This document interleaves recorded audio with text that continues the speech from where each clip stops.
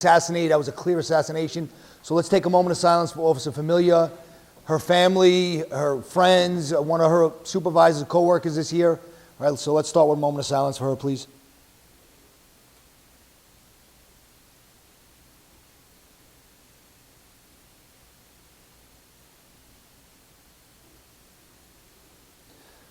All right, sad event. I'm not going to stand here and talk about it, but you just never know what's going to happen when. Like sitting in a command post, never expect something like that to happen, but crazy world we live in.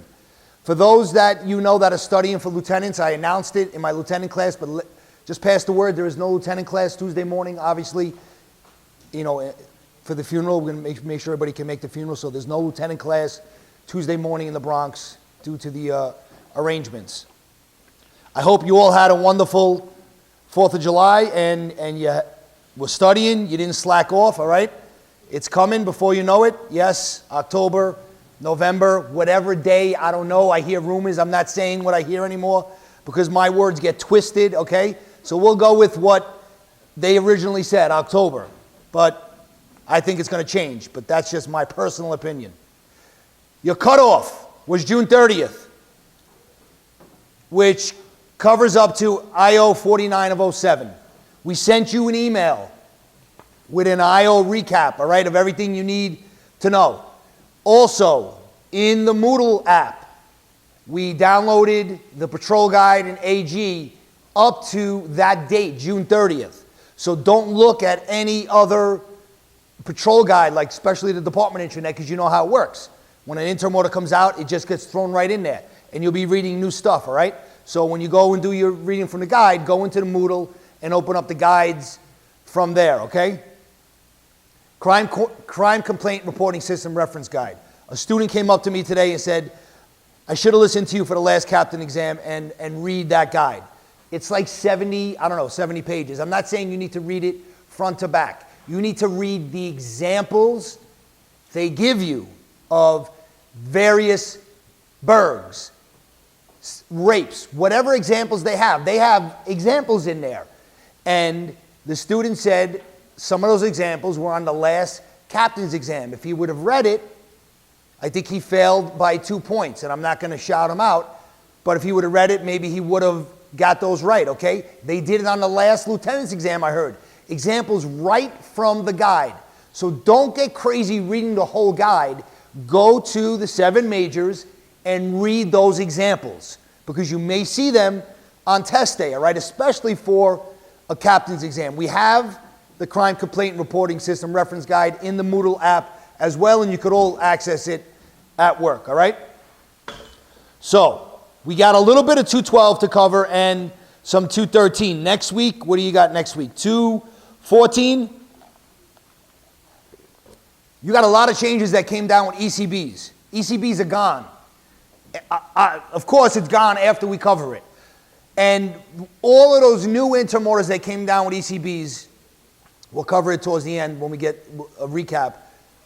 They still messed up. They didn't take ECBs completely out of some procedures. They're now called oath summonses.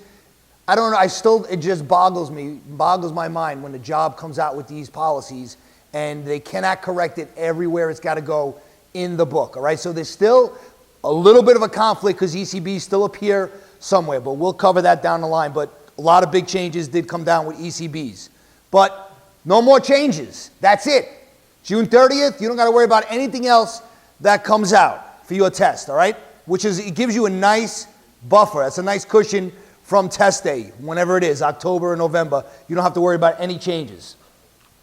Now, I want to start with a long procedure on page 8.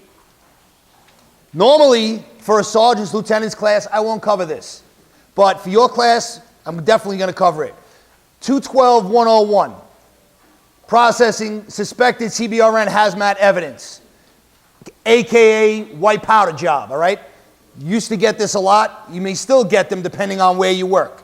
This procedure in the guide is 17 pages long. It is a long procedure. We broke it down here, took a lot of the stuff out that you don't need to know, all right? I would definitely pay attention to this procedure for you guys and girls test. So UMOS, when you respond to a white powder job, say envelope at Trump headquarters with some white powder and says in there, you're gonna burn to death when you open it up. Whatever the scenario is. The cop, interview, investigate, use common sense, mark it unfounded if it's nothing. If you think it may be an explosive or some type of nuclear, I'd be running, but it says follow 21240. Confer with the patrol sergeant who's automatically notified by Central. Now, if it's disseminating an unknown substance, maybe it's not an envelope, maybe it's some type of device and there's some type of air or some kind of fluid coming out. That's what they're talking about. If it's disseminating an unknown substance, the first appropriately trained and equipped personnel will be allowed access to stop, control the release, or deactivate the dissemination device. Absent extraordinary circumstances, an envelope containing an unknown substance is not considered an uncontrolled release or disseminating device. So the white envelope that went to Trump's headquarters, nothing's coming out of it. That's not considered disseminating device, all right, for this procedure. Top of the next page.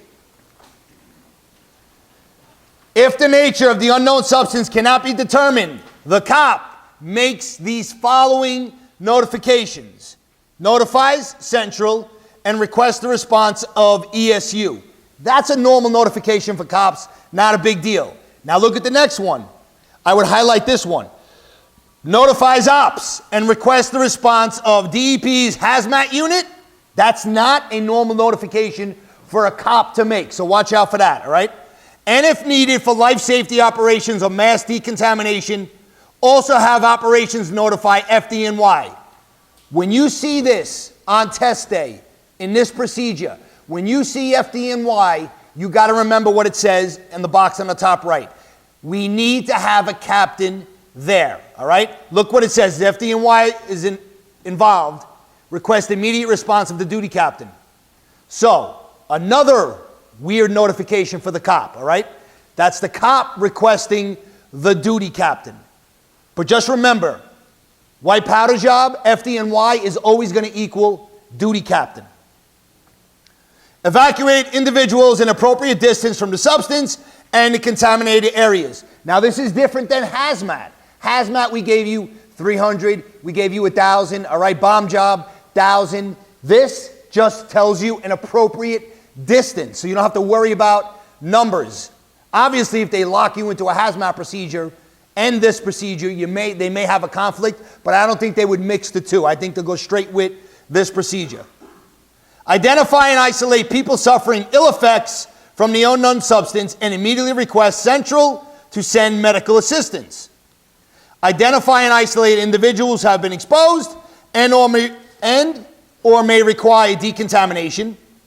Establish an appropriately sized inner and outer perimeter and crime scene. That one I would highlight as well. Normally, when we setting up perimeters, inner and outer, crime scene sometimes, it should be done by the patrol sergeant. Over here, we're giving a lot of duties and responsibilities to these poor cops who probably have no clue on how to handle that job. There's no way they follow what it says here. When they come across that white envelope, you guys and girls are going to be probably the second person there after the sergeant. All right, under the box, patrol sergeant.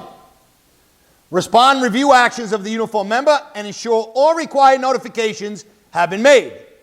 Confer with the operations supervisor and ensure that DEP HMRU, just so you know what those letters mean, the abbreviation, that's the Hazardous Material Response Unit. Make sure they're notified and responding. Ensure life safety operations by first responders and EMS, if necessary. Have cops secure the scene. Notify and confer with a supervisor at Intel's CIS. Now, that one could be a tricky test question as well, all right? Speaking to somebody at CIS is not just good enough for this procedure on test day. They specifically say supervisor. Now, regarding the crime scene, ensure an outer perimeter, inner perimeter, and crime scene are established and controlled. Now, that should have been done already by the cops. If necessary, expand the original crime scene. Initially, the crime scene should be no smaller than the size of the inner perimeter. Record the rank, title, name, command, agency of all personnel entering the scene. Request the response of crime scene unit if needed for forensic specialist. So here is a little different than the crime scene procedure in 21204. 21204, we request crime scene for what? Harbor, all right? Over here, we request crime scene if we need forensic specialist. Do not release control of the crime scene without proper authorization. Notify desk officer, precinct of occurrence. If necessary, notify duty captain. And it says it's a must if FDNY is involved or we have problems with other agencies. Now, you got to, the next bullet, the wording is weird, all right? It shouldn't say, well, this is what it should say. It should say, request the squad to respond. So the notify should not be there. So you know what? You can actually cross out that bullet and just start with the sub-bullet because the wording is not proper here. Because the notifying the squad is not an automatic. It's not always done for this procedure. That's what I'm trying to say. So what it should say is request the squad to respond if immediate investigation is needed or to identify the substance and or people or company that delivered or abandoned it at the location, all right? So the squad is not a must notification for this procedure for the patrol sergeant. Top of the next page. If items are going to be delivered to Department of Health's public lab or the DEP hazmat lab, the patrol sergeant will designate a UMOS to deliver the samples, evidence, waste items to DOH. Now regarding the paperwork, there's going to be a few pieces of paper. First piece of paper that we're going to do. Direct a separate aided report be prepared for each individual exposed to the unknown substance. The aided must be made even if the individual did not have to be decontaminated under the details, described circumstances, the manner, duration, extent regarding the exposure to the unknown substance. Specifically indicate whether the aided had direct contact with the unknown substance. So that's the first piece of paper. Second piece of paper that's always going to be required is a 61. Have a complaint report prepared. Classify as open and you'll call it investigate suspicious substance and any other offense that may have been committed. Refer to 61 to the squad, precinct of occurrence for appropriate investigation and required notifications regarding the results of the lab analysis. I think that's a great test question to incorporate into in-basket portion of your exam. That 61 for this job is going upstairs to the squad to investigate, all right? Transporting cop. I don't know if you guys and girls read this procedure for sergeant and lieutenant, but this is a weird procedure. They are going to get stuff, they're going to take stuff to the lab without it even being vouchered, all right? Very weird stuff that we do here, so pay attention to what it says. Transporting cop. Remain at the location till packages are ready to take custody from ESU. So ESU is going to pack it up for us. Don't open, be careful not to drop or damage. You're going to examine and sign the evidence collection tracking form that's done by ESU.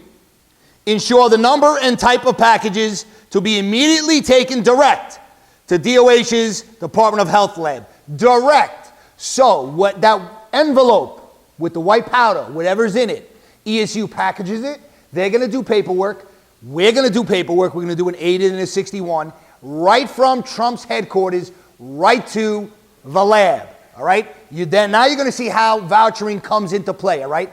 Right from the scene to the lab.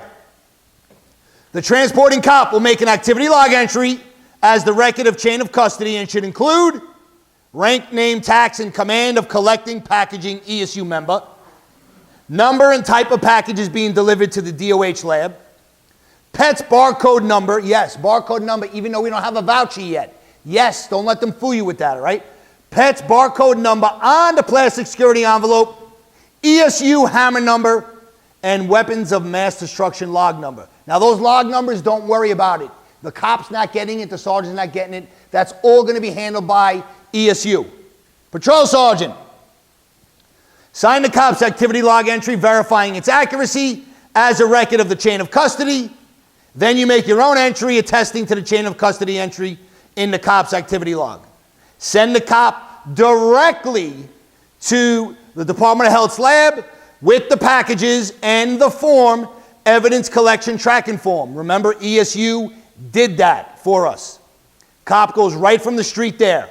Transporting cop, go direct to the lab. Do not go to the station house to voucher it.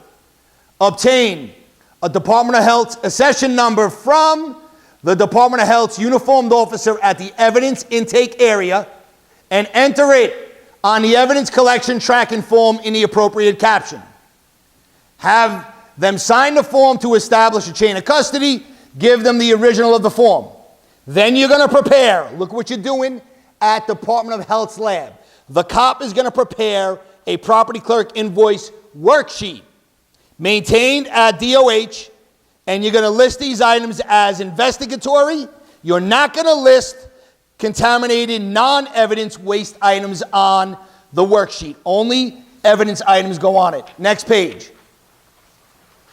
So he does a worksheet. So now we're on our third piece of paper.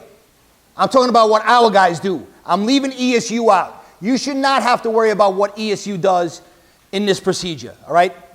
I would not be concerned with that. There's a lot of stuff they do. So our guys are doing the aided 61, a property clerk invoice worksheet at the lab. Then the cop will telephone desk officer precinct of occurrence, obtain a voucher number using the PETS reserve invoice number function. In order to voucher it later, you're going to write the PCI number on the worksheet. Enter the plastic security envelope serial number adjacent to the associated item caption on the worksheet. And then you got to write the following in the remarks of the worksheet. I would not be concerned with the statement, all right? You could read that statement once. Nobody's going to tell you recite the statement on test day that goes in the remarks section, all right? That's not a big deal. Read it once and I would not look at it again. Next sub-bullet.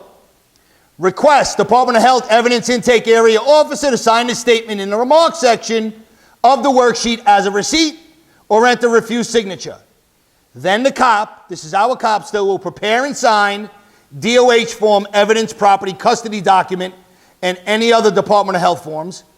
Prior to leaving the Department of Health intake area, notify Intel CIS by telephone. I would highlight that. So we have the cop now notifying Intel CIS. Earlier, did we notify Intel CIS? Yes, we did, but we did more than notify. The patrol sergeant notified and conferred with a supervisor, all right? Now over here, we have the cop notifying Intel's CIS. You're going to provide the Department of Health's accession number, voucher number, and plastic security envelope number. Then deliver the worksheet and the remaining copies of the evidence collection tracking form to the desk officer precinct of occurrence. So now we're back at the house. Desk officer precinct of occurrence. Review the collection tracking form and the voucher worksheet for accuracy and completeness. Distribute remaining copies of the collection tracking form as indicated on the bottom of the form. That's a reminder from me to you guys and girls. Distribute as indicated on the bottom of the form. In case you see the ground ball question on test day, where does the pink copy of such and such form go? And you're saying to yourself, that's not a ground ball. It may be a ground ball because it may be in your in-basket somewhere, and a lot of our forms have distribution on the top, the bottom, or the back. I would hope they gave you one of those. That should be an easy point in your pocket, all right? So if you see a distribution question on test day, don't panic. Look through your package. If it's not in the package, then panic. Then you got to figure out where does the pink go, where does the buff go. You're going to have to, obviously, maybe you'll remember or you're going to guess right. If they do that. Hopefully they don't, but if they do, hopefully they give you that one that's in the package already for you and to see if you're paying attention. So we're on desk officer again, second bullet. Distribute remaining copies of the collection tracking form as indicated on the bottom of the form. Then it says the second copy goes to Intel CIS, weapons of mass destruction desk, 1 PP in the next outgoing mail, and the fifth copy goes to the designating transporting cop who delivered the packages to the Department of Health. with the second and fifth copy, don't get crazy with that stuff, all right? Direct entry of approved worksheet into PETS. The transporting cop will digitally sign the voucher at this point. Verify accuracy using the worksheet, the cop's activity log, and the evidence collection tracking form. Digitally sign the invoice and have the worksheet attached to the property clerk copy. Direct your property cop or property officer to safeguard /file the invoice and attached worksheet until notified by Intel CIS that the unknown substance was analyzed by Department of Health. Have the aided entered into the online aided system. 61 worksheet entered into the online complaint system. Ensure aided numbers and 61s go on the proper forms and vice versa. Notify the squad precinct of occurrence and forward to them the following documents. So squad came up again. Prior page was patrol sergeant will request the squad to respond if, all right? Over here, this notification is always done now.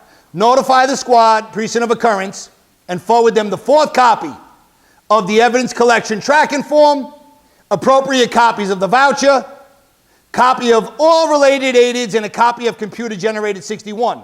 Then you're going to fax to Intel CIS and call Intel's supervisor to verify the fax. What are you faxing them?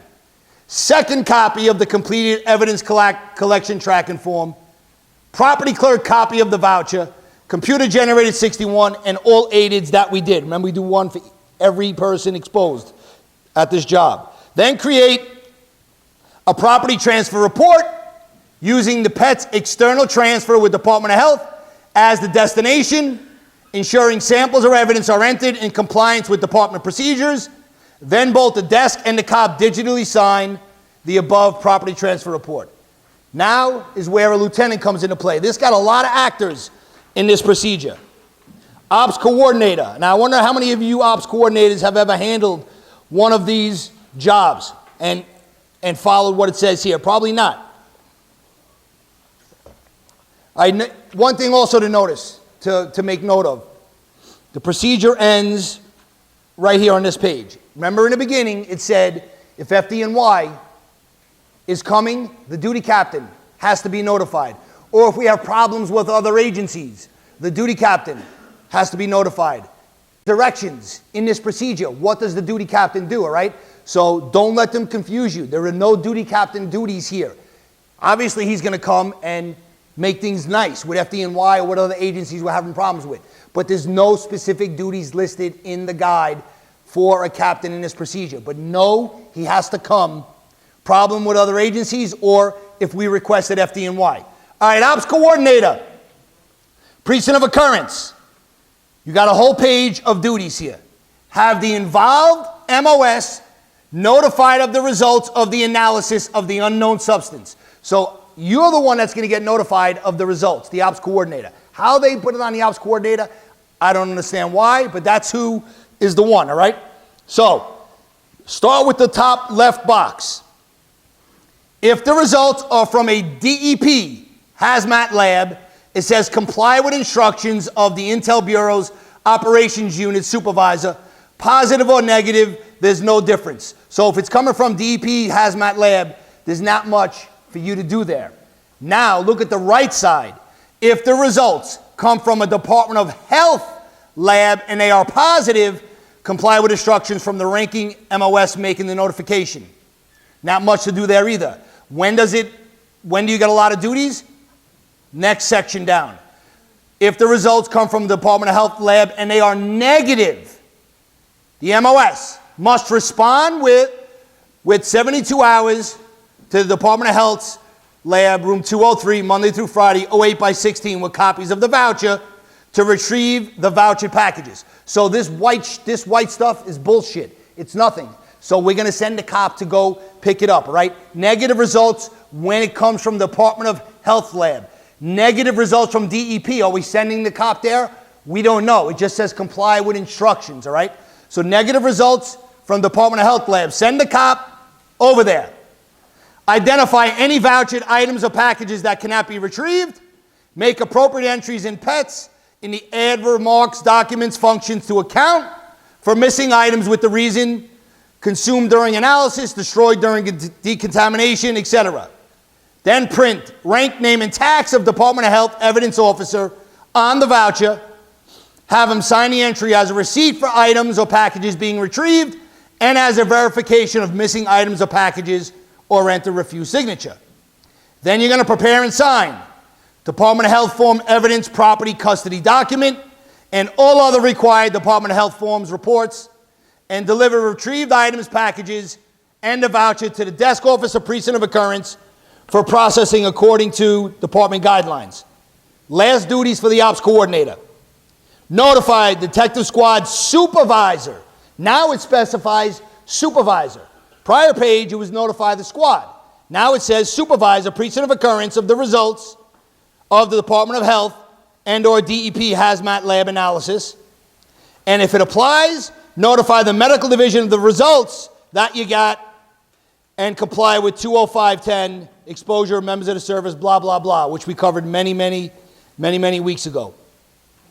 There's a lot of detail in this procedure.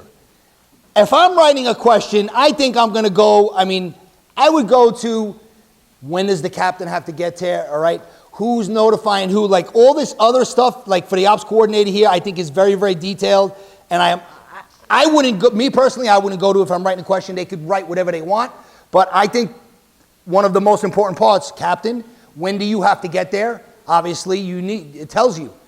FDNY is coming, you got to go, or there's a problem with other agencies. It's a long procedure. Yes, it's drawn out, but it's something I would not neglect. Yes, 212 is a lot. Yes, it is. This is one of them for your test that you have to put on the list when you prioritize your procedures when you get closer to exam date. Let's go now to page 14. CIC, Crime Information Center. Ops coordinator, do you do this shit? Let's see. Oversee the maintenance and ensure deficiencies are corrected. Act as a liaison between crime analysis, the squad, and the FIO in your command. I'm sure you didn't know that. Crime analysis supervisor. Ensure the CIC is updated and maintained in the muster room, on a bulletin board, or in a wall-mounted glass. Domestic violence crime vic info cannot be displayed. That's common sense. 28-day maps will be displayed for your 7 majors and shootings. Year-to-date maps will be displayed for murders and shootings if available. So interesting wording there, all right? Shootings appear in both. So shootings, you got to have 28-day maps and year-to-date maps. So watch out for that little line there. Post the crime map by 1400 hours on Tuesday, and then other maps will be posted in a timely manner, like your surveillance camera locations, impact zones, and your commands. Impact zones, do we still have them? No, we don't. But it's still in the book. If you pop up the patrol guide, it still says that in this procedure, okay? So yes, it still exists for test day. FIO duties, by the 5th of each month, you will post the following. New York State parolees residing in your command, including their address, crime and conditions of parole. Top 500 burglar list. First on the list, you'll have the guys arrested for burg in your command. Those go first. Then burglars who live in your command follow up. You got to have active gang members residing in your command, including which gang, and list chronic offenders. And the last duty, FIO confers with the CO to prioritize the posting, and the CO decides who is considered chronic. Let's go to bottom of the page. Operation Safe Store.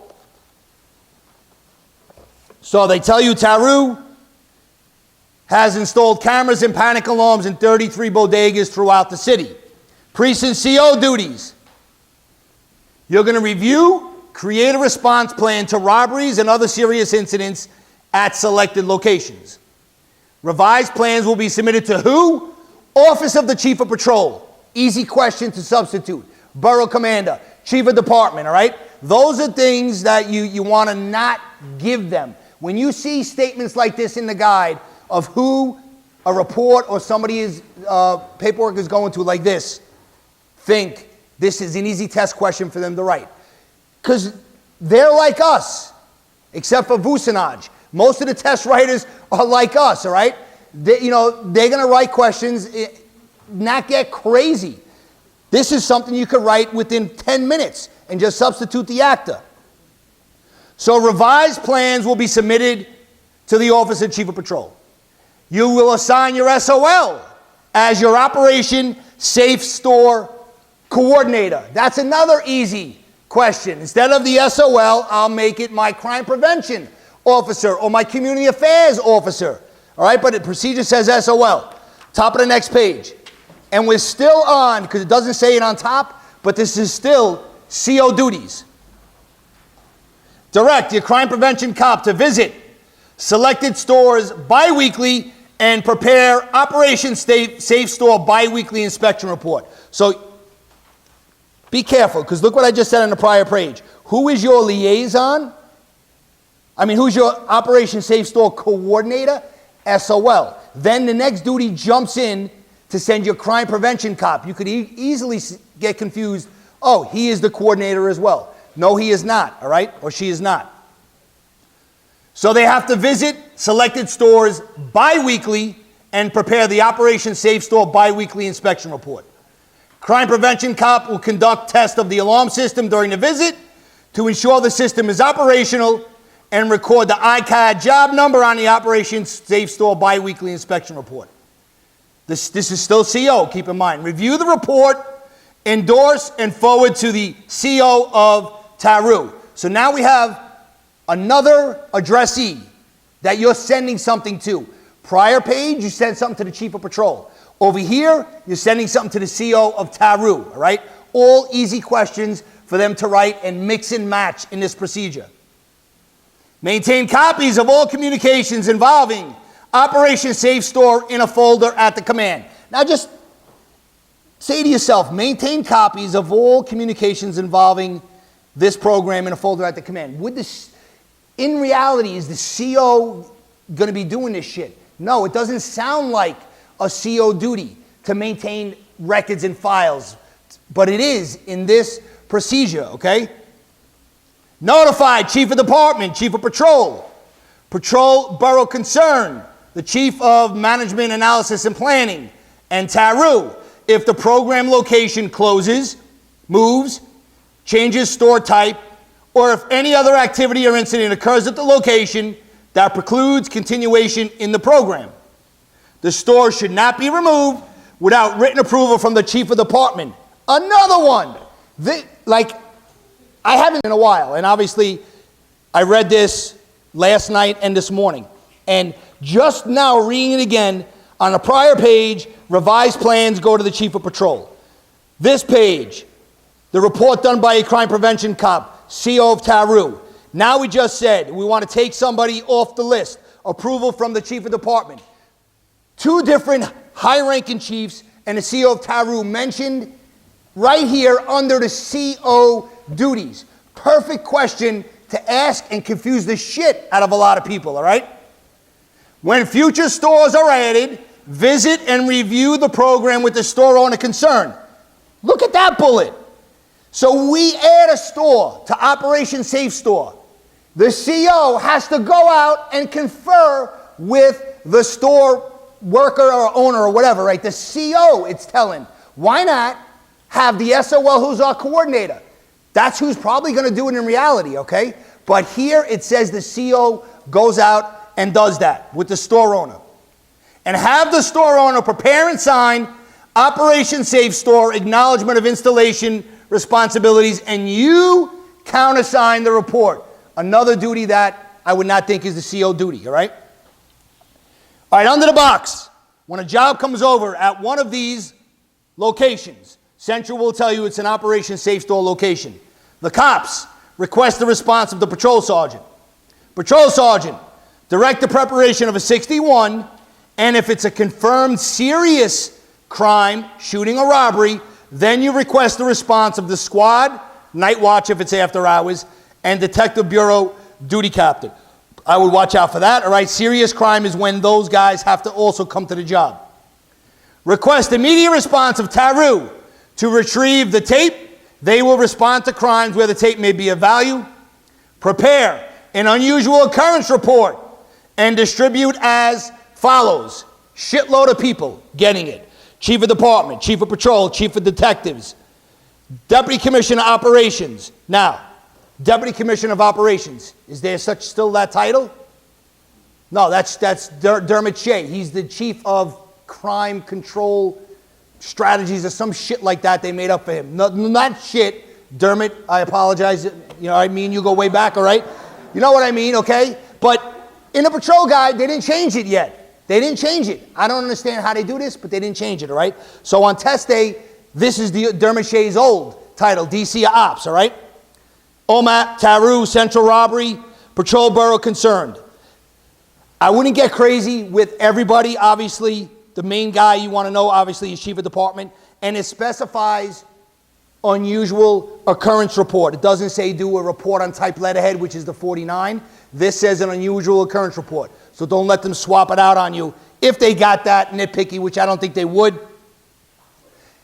MOS assigned to the job. When you're making the 61, check off grocery bodega in the premise type caption. In the details of the 61, you're going to write Operation Safe Store, and if evidence was retrieved. In the notifications box of the 61, you're going to write the names of the 4 people that responded.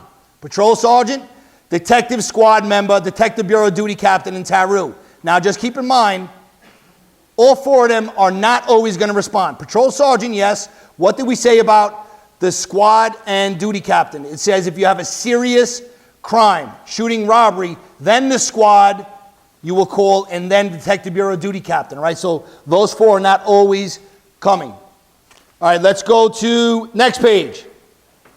SNU. Just curious. There's a lot of different people here.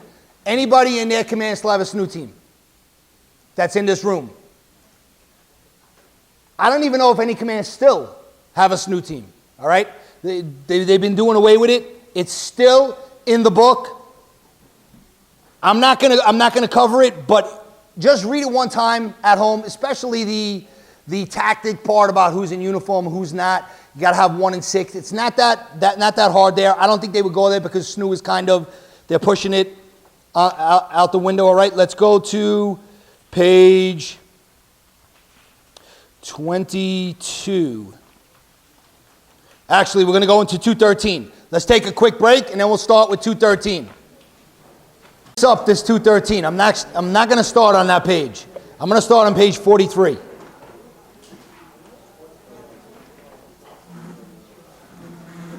'43 is the last page of 213. I'm going to work my way backwards. Doesn't make a difference. You got to know everything in there anyway. All right, so first procedure on top, very easy, very small. 213.17. Notifications regarding traffic-related activities. So whenever police operations, planned or unplanned, may affect pedestrian or vehicular traffic, what do? So we know we're going to have a protest, or we know we're going to have the annual Labor Day parade. Supervisor in charge, you're going to call Traffic Management Center once the event has been scheduled and include TPO, nature of the operation, commands involved, supervisor in charge, scope of anticipated disruption, anticipated length of the event. Unscheduled event. We didn't know anything about this protest and we just found out about it a few minutes ago. Now what do? Call operations upon becoming aware of the event instead of Traffic Management Center. Next little procedure. Citywide security alert levels. Now, this was asked on my captain's exam. And look at what it's here, this little chart. All right, the alert levels. You all should be somewhat familiar with it. Lowest being green, going your way up to red, all right? And what does it mean? So, lowest being green means we're at a low risk of terrorist attack. Bump it up, blue, general risk of terrorist attack. Yellow, this is the one where they got me on my captain's test. Yellow, we're at an elevated risk. It's a significant risk of a terrorist attack. Orange, high risk of terrorist attack. And red, severe risk of terrorist attack. I'll give you a little rhyme to remember in a second. The CO will ensure that all personnel are properly trained in the system of alert levels, and any change in the threat level for New York City will be transmitted via Finest. So I studied for this on my captain's exam. I looked at the box, or whatever it was at the time, and I thought I had it down. And I obviously didn't, because I saw the question, and I was like, come on, how'd they confuse me? So what did I do? I went to the bathroom, and I looked at the guy next to me, who's a CO, now I'm not going to mention his name. I said, what did you get for the citywide security alert levels? Now, whether he didn't want to tell me or not, he goes, I don't know. So I got it wrong. Every time I got something wrong, I always remembered it for some reason. And I'm sure he got, well, you know what? I got promoted before him, so he might have got it wrong as well. But anyway, I think it's important with what, the threat of terrorism. Now, how do you remember it? I don't know where I got this stupid line from, but a student told me this years ago. Do you see the first letter in each color, going from green all the way up to red? Take the first letter and you're going to make a sentence. Go buy your own radio. Stupid. But you know what? If it comes up, you're not going to forget the progression of the colors. Now, the tricky part, how they got me. They asked, what did blue mean? If you look across each row, pretty much the risk and the condition columns both start with the same, all right? Green, you got low, and it's a low risk. Blue, G, guarded, general risk. They got me on the yellow, because yellow, it's elevated, but it doesn't say elevated risk. It says significant risk. So just remember, for yellow, remember the word yes. So remember, go buy your own radio, and remember the word yes, because if they ask it again, this is a point you don't want to give up, all right? It's such an easy formula to remember, right? So yellow, we're at an elevated risk, which is a significant risk of terrorist attack. All right, last procedure on this page. Interoperability channels. When we have an incident where the NYPD and FDNY need to be on the same channel, FDNY Incident Commander or EMS Chief Officer notifies FDNY Operations Center and will request activation. FDNY's Ops notifies NYPD's Communications Unit and requests activation. Communications Unit Platoon Commander, who you don't see come up in the procedure in the book too much. The only one that I can think of off the top of my head where I remember reading him or her is Vehicle Pursuits. They come up in that 221 procedure. So Central's Platoon Commander notifies Operations, Electronic Section, and the NYPD Incident Commander activates the channel and then assigns a dispatcher.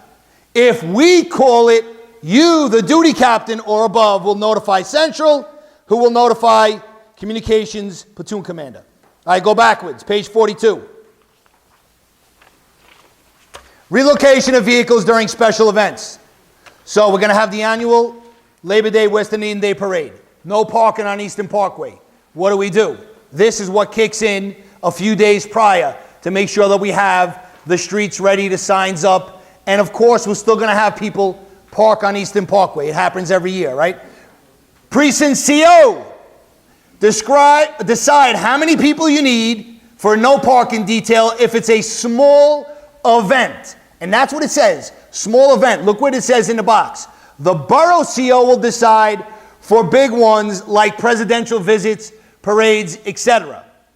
Confer with the CO of Traffic Operations District for resources regarding tow trucks, TEA agents, etc.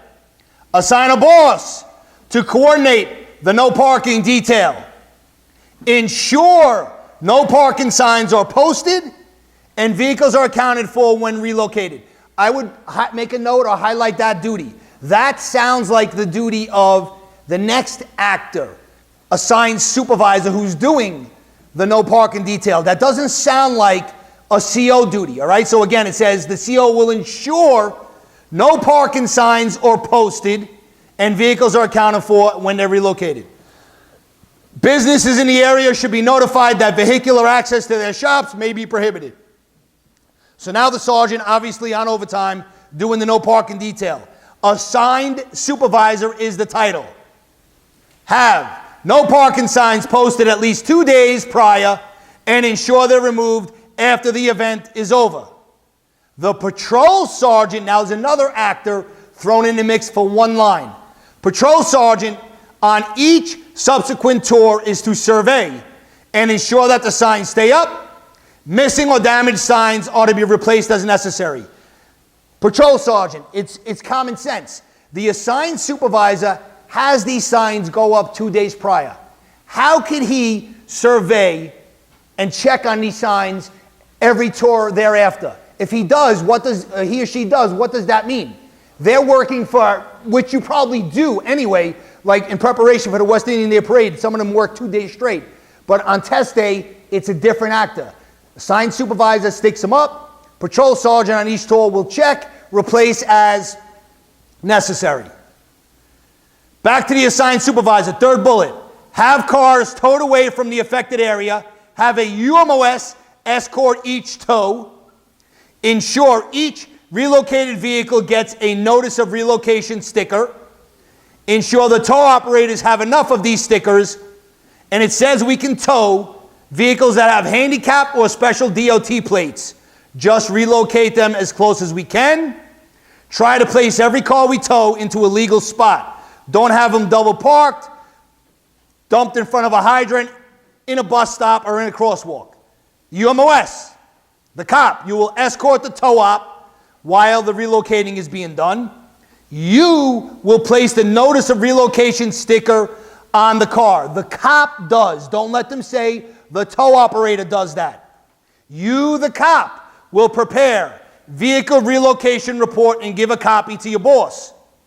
Verify that doors to all vehicles are locked. Back to the assigned supervisor. Verify the vehicle relocation report for accuracy and completeness. The reports get maintained on a clipboard at the desk for 45 days. Then they get discarded. Make an entry into Topus via the Finest. Now that, make an entry into Topus via the Finest. To me, if I really didn't know this procedure and I had to guess, I would think that's done by maybe the desk officer. There is no desk officer in this procedure, so don't let them swap out the actor there, right? Give a list to the field command post so detail cops can find out over the radio whose car got towed where. Have signs. This is a different sign than the one he did up above. Up above was the no parking sign. Now he's going to have this sign titled Vehicle Relocation Notice posted in affected area, telling car owners to contact the local precinct. They stay up for 48 hours, and then when it's over, you confer with the precinct CO and you critique the incident. What was good, what was bad, how do we prepare for next year's annual event, all right? The bottom of the page, they have a nice little recap for you there, right, regarding the no parking signs and the vehicle relocation notice signs. But it's here in the box. And I'm sure I told you this in the past. Whenever you see these boxes, these comparisons that the owner does for you in the booklets, it's a nice way to look at the material side by side and compare things. Don't just overlook it. Spend a minute or two, take a look at it, all right? Let's go now to, because I'm going backwards here. Got to mix it up. Go to page 39. Duties and responsibilities at special events. Now, the first actor, you have a few actors in here. You have incident commander, sector commander. Who is that going to be on test day? I don't know. But what I do know is for incident commander, it doesn't say it here, but if you open the guide, it says the incident commander is usually the precinct CO. Usually. So it could be somebody else. But if they're going to go there, obviously, for your test, they're going to make you the precinct CO. So you can't just bypass this actor. You got to read this actor because it says usually the precinct CO. And that's why we have it here in this procedure for you, right? So incident commander regarding a special event. You are going to coordinate with other agencies, FDNY, DOT, Parks Department. Ask transit to post appropriate signage for any bus, train route schedule changes. You will inspect the route, formation, and dismissal areas. Have the route or event area inspected again 24 hours prior for any changes. Divided into sectors include train bus stops within a 1-block area. Include streets and avenues within 1 block of formation and dismissal areas. You will set up the main and sector command post and give operations their location and phone numbers. Place the command post near any reviewing stands and designate parking for official cars. Direct precinct COs. Now, direct precinct COs. That does not sound like you should be doing that. But this actor could be you, because the incident commander says in the patrol guide, usually precinct CO, all right? You will direct precinct COs through whose command this will pass to take care of the no parking signs. Have them put up temporary no parking signs sufficiently in advance, and have them assign people to prevent parking on the route, formation dismissal area, and if necessary, along cross streets and parallel streets, 1 block on either side. So what they're referring to is the procedure that we just covered a few minutes ago, all right? Designate through streets for buses and emergency vehicles and inform agencies concerned where the through streets intersect with the parade route. Exclude spectators for 100 feet into the street and 25 feet up and down the avenue. Now they give you a nice little diagram on the bottom to help you absorb a lot of the bullshit we just went through here in that last 2 bullets there, right? Go to next page. We're still on incident commander. Assign cops at intersections along the route or in the vicinity of the event and on blocks at either side as necessary for control of vehicular traffic. Confer with operations prior to the start regarding local citywide conditions. When it's over, file the rosters at the precinct of record. Confer with operations prior to dismissal to see what's going on in the rest of the city. Prepare and submit to the borough command a critique. Whether or not you had enough people, who shorted you and what you did about it, problems you encountered and incidents requiring particular police attention, evaluation of police services rendered, and recommendations for future events, overtime by rank, hours and portal to portal, etc. Now the next actor is your sector commander. Most likely, this is you on test day. This should be the captain. But you're still responsible for incident commander, which we just covered. If they go to this procedure at all, hopefully they go to sector commander, because you're going to be in charge of a sector at one of these big details, all right? The sector commander in the formation area will transmit over the radio when it's time to institute traffic detours and exclude pedestrians from the route. You hear this whenever you're at these big details, all right? Survey assigned area prior to the event for any hazards. Distribute rosters to your assigned supervisors and conduct a roll call. Assign people to transportation terminals as necessary. Have supervisors instruct their cops on the following: nature and history of the event sponsor, team concept, mission of the team for the day, enforcement guidelines, radio frequency for the day, post sector boundaries and responsibility to respond regardless of your assignment when life or property is endangered, place and phone number of your command post, the precinct arrest processing area, and identity of the incident commander and others, and adjustments to transit schedules, routes. That never happens, because you know how it is all the time. Cops, the people come up to the cops, where do I get the bus? And the cop will be like, go to that cop on the next corner, he'll tell you. And that cop sends them to another corner. It's like we don't relay this information where the bus is going to stop next, right? Every detail, it was the same runaround for these poor people trying to figure out how to get on a bus. Make sure your bosses are on the right radio frequency. Put the completed rosters inside the front cover of your command post log. Continually survey assigned sector for conditions requiring attention. Contact the joining sector commanders to ascertain their conditions. Take immediate remedial action. Notify the incident commander, make an entry in the command post log, and don't let bystanders climb or stand on any structures. Next page, and this procedure is done with. Still on sector commander. Prevent overcrowding on sidewalks. Keep a lane along the building line. Anticipate changes in the crowd, deploy cops accordingly. Have cops divert pedestrians onto side streets if it gets too crowded. Protect FD's alarm boxes or other city property. Stop the parade 1 block before a fire. Send them into a side street if necessary. Keep your command post informed and resume when corrected and when the incident commander directs. Let traffic cross at intersections during breaks in the parade or as conditions warrant. Monitor progress of the parade through your sector and make necessary corrections. Prepare unauthorized exhibition maneuvers that cause large gaps in the parade. A lot of these duties that we're reading, they're just like repetitive things that you've done as lieutenants and sergeants, all right?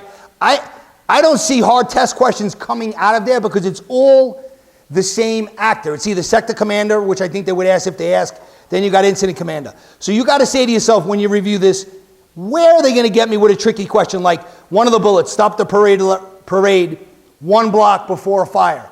That could be easily changed. They could say, I don't know, 50 feet because feet come in somewhere else, all right? That's where you got to say to yourself when you're reviewing.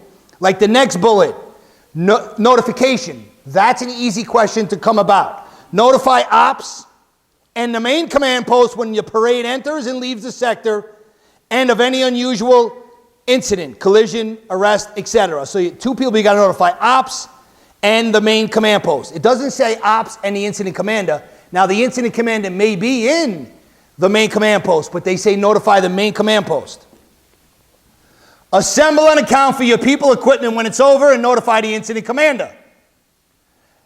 Dismiss as directed by the incident commander. Dismiss reviewing stand and official parking detail only after dignitaries have left and conditions are normal. I don't think that's a crazy procedure to really stress over. It sounds like a lot of bullshit, honestly. Let's go to page 38. Actually, no, 36. This is something that you definitely need to know because you, in the rank of captain or above, and the only one that can activate an apprehension, we're in 36, an apprehension plan. When would we activate an apprehension plan? In the little box, it says, when we have big jobs like cop shot, God forbid, multiple homicides, and the job is still fresh. That's when we would have an apprehension plan activated. And in that big star on the right, it's you. You're the only one. Captain can activate the apprehension plan. So nobody else on test day, all right? Well, sergeant, lieutenant wise, I should say. UMOS, when you respond to a scene and 3 people are shot and the perp just took off. UMOS, notify Central when you're 84. Request EMS and the patrol sergeant. Render first aid. Then you're going to try to apprehend. You're going to secure the crime scene. Transmit a script with direction of flight. Detain civilian witnesses. Sergeant. Respond to the scene. Call level 1. Now we're going to cover this later on towards the end of the class. The level 1s, 2, 3s, and 4. You all know from studying before. Sergeant, lieutenant can only call a level 1. Make a staging area / mobilization point large enough to accommodate a 3 or a 4, all right? Level 1. Notify duty captain by phone if possible. Evaluate crime scene and expand if necessary. Assign UMOS to inner and outer perimeters. Have injured cops taken to the hospital, even if they're going for trauma. Now, follow the arrow to the box on the right. It says the patrol sergeant is to stage EMS at or near the scene to treat minor injuries of UMOS and civilians so that a detective or a boss can debrief them when possible before they run off to the hospital. Each injured uniformed member will get their own uniformed member escort using uninvolved cops. Cops not directly involved in a firearm discharge will remain to help the investigation. Get a synopsis of what happened, detain witnesses for detectives. Establish firearms control if necessary. Retransmit a script and direction of flight. Establish command post. Just highlight that, make a note, because in different procedures, sometimes it has the cops establishing a command post. Sometimes it has a captain, all right? Could be a hard question if they went there. Coordinate and expand the search if necessary. Well, regarding the establishing a command post, go to the box on the right. Sergeants will use an SRG command post vehicle and leave room for TARU to set up their command post.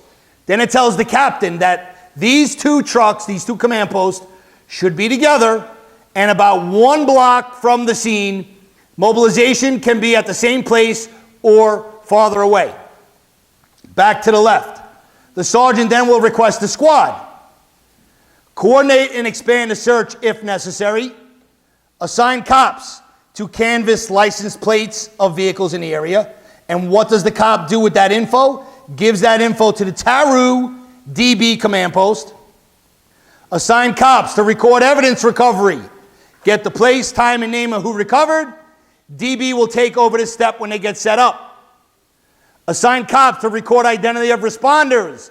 And the cop will give that to the command post later on. And establish a press area if appropriate. Desk officer doesn't have much in here, so he should not be the answer on test day unless they're looking for exactly what the desk officer does, all right? What does the desk officer do? Notifies the borough operations. Those are 2 of the main notifications that you've seen throughout the patrol guide. Normally, what's the 3 notifications? CO duty captain, ops, and the borough. That's what you normally see throughout the guide, all right? So in this procedure, you're notifying the borough and ops. Those 2 are the same. Now you're notifying CO and predetermined personnel as per command plan, even if they're off duty. So watch out for that if they go to desk officer. It's not CO duty captain. It's not CO XO. This apprehension plan, we want the CO notified, period, all right? And predetermined personnel as per the command plan. Next page. Duty captain.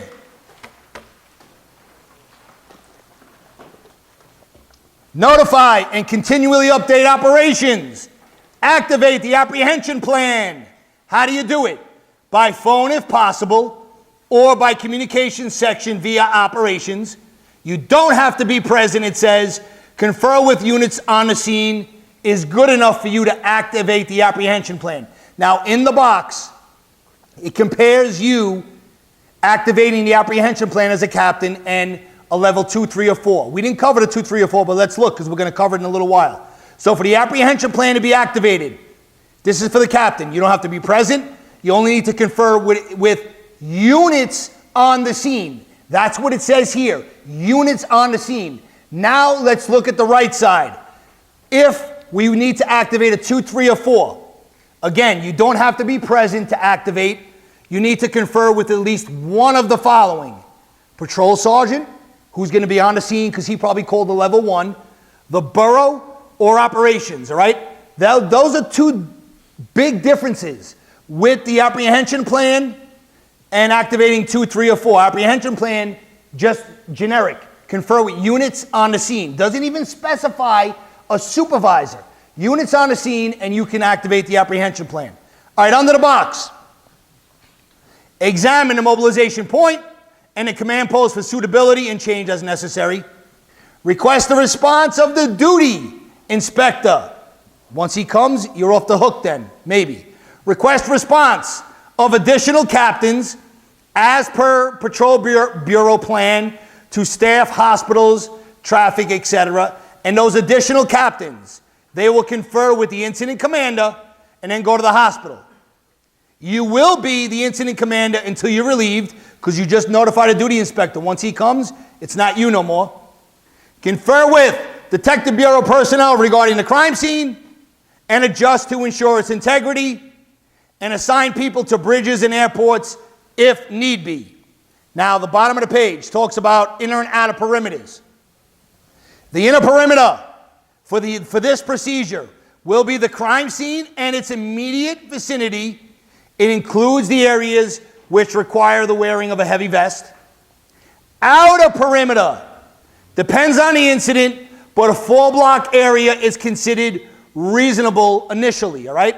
that's not written in stone. Obviously, if we have a few people shot or killed and it's blocks apart, this 4-block rule is going to go out the window. Common sense, okay? Don't let garbage cans get taken by sanitation. It says watch mailboxes and escape routes. Place cops at building lobbies near the crime scene, and the cops assigned to outer perimeter or in building lobbies should interview and possibly identify people leaving the area and give that info to the TARU DB command post. Box on the top right regarding the crime scene itself. Initially, it should be very large. If the scene is one room of a private house, then the whole house is the initial crime scene. Eventually, it's reduced in size. Don't let this be you on test day. Only by the Detective Bureau duty captain. That could be you on test day if they tell you you are the Detective Bureau duty captain. But the patrol duty captain cannot reduce the size of the crime scene. And if the Detective Bureau duty captain releases the crime scene while it's still dark out, call ESU back when the sun comes up to do a daylight search. And the last thing regarding license plates. Have cops get license plate numbers, state, make, model, location, time observed of the cars in the area, taking note of warm engines. I think apprehension plan is something that you want to definitely know for your test. You're the only one that can activate it. Next page. Emergency plans, A, B, and C. Can you activate this? Nope. Top right box can only be activated by chief of transportation or higher, so you cannot activate it. If traffic problems are observed, notify dispatcher via radio or landline and take corrective action. So what are these plans A, B, and C? Not hard stuff to get down, all right? A, hazardous road conditions due to snow, ice, freezing rain, and they have A for abdominal snowman. B for Bermuda, dangerous street conditions due to hurricane, storms, or floods. And C, obviously, cars or congestions, you can remember. Traffic congestion, other conditions due to heavy traffic. The activation of this plan, which is not going to be by you, will be transmitted via Finest to patrol commands. Before we get into the activation, the CO has one duty here. It says if he already has an established traffic post under Plan A and it's no longer warranted, or he wants to add a new one, what does the CO do? Easy question. Amend the list, forward a copy to the borough CO. You see all these different actors throughout the guide. Borough CO, Chief of Patrol, Chief of Department. Over here, it mentioned Chief of Transportation, but you're not sending it to him. Borough CO. All right, desk officer, when the plan is activated, it will come over your Finest. What do? Probably not going to see it for a few hours unless you have a sharp cop watching it for you. Notify the CO and other units in your building. You're going to make assignments by a prioritized traffic post list, which is kept at the desk for the plan as conditions warrant. During school hours, give priority to school crossings. Now, I don't know what they're going to do with your in-basket. It's normally not like a sergeant, lieutenant in-basket. But you give priority to school crossings during school hours. So if this is activated when there's no school, forget about the school crossings, all right? That could be a way for them to incorporate this procedure into your exam by sticking it in the in-basket. On a prior captain's exam, the in-basket was a first platoon. Obviously, there's no school on the first platoon unless they specify somewhere in the in-basket, oh, school is open for whatever reason, which I highly doubt they would do that, all right? So watch out for something like that. That would be very, very sneaky if they did something like that and stuck it in the in-basket. Assign MOS to strategic locations and have MOS periodically report prevalent conditions if needed. Assign MOS to survey parkways, expressways, aid stranded motorists. Direct those on emergency plan assignment and patrol to submit reports on occurrences, actions taken, and recommendations. File those reports in a log at the desk. Notify Patrol Borough initially, so that's definitely one call to them, and then every hour after, you're going to give them traffic detours, intersections covered, serious incidents, manpower you need, equipment required. The borough then notifies operations.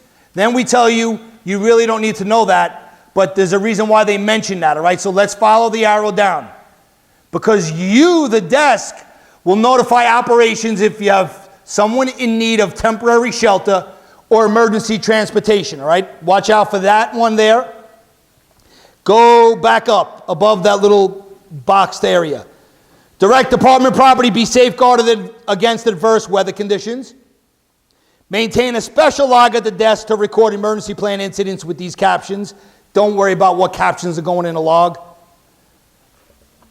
Under that little log caption, second bullet, ascertain assignments are made in accordance with the plan or as appropriate to conditions. Survey conditions within your command and record incidents and situations requiring further attention. And direct your patrol sergeant to survey assigned area and report observations and recommendations. So patrol sergeant, he doesn't have any duties except for that one line right there. So that guy or girl should not be the answer on test day, all right? It's pretty much desk officer and the cops, which is the next actor, UMOS. Contact the station house for possible reassignment when you hear about plan activation. Good luck on that one.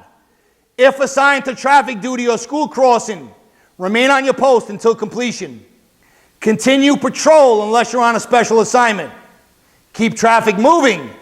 Inform people of safeguard property. Visit construction sites. Have them secure cranes, scaffolding. If they come across downed utility wires, the cops are to safeguard and notify the utility company concerned and ESU. And the cops report the following to the desk: unusual hazardous conditions, serious traffic congestions, slippery grades, dangerous bridge conditions, or any condition requiring attention of other agencies, and help stranded motorists when assigned to a parkway or expressway. Let's go to page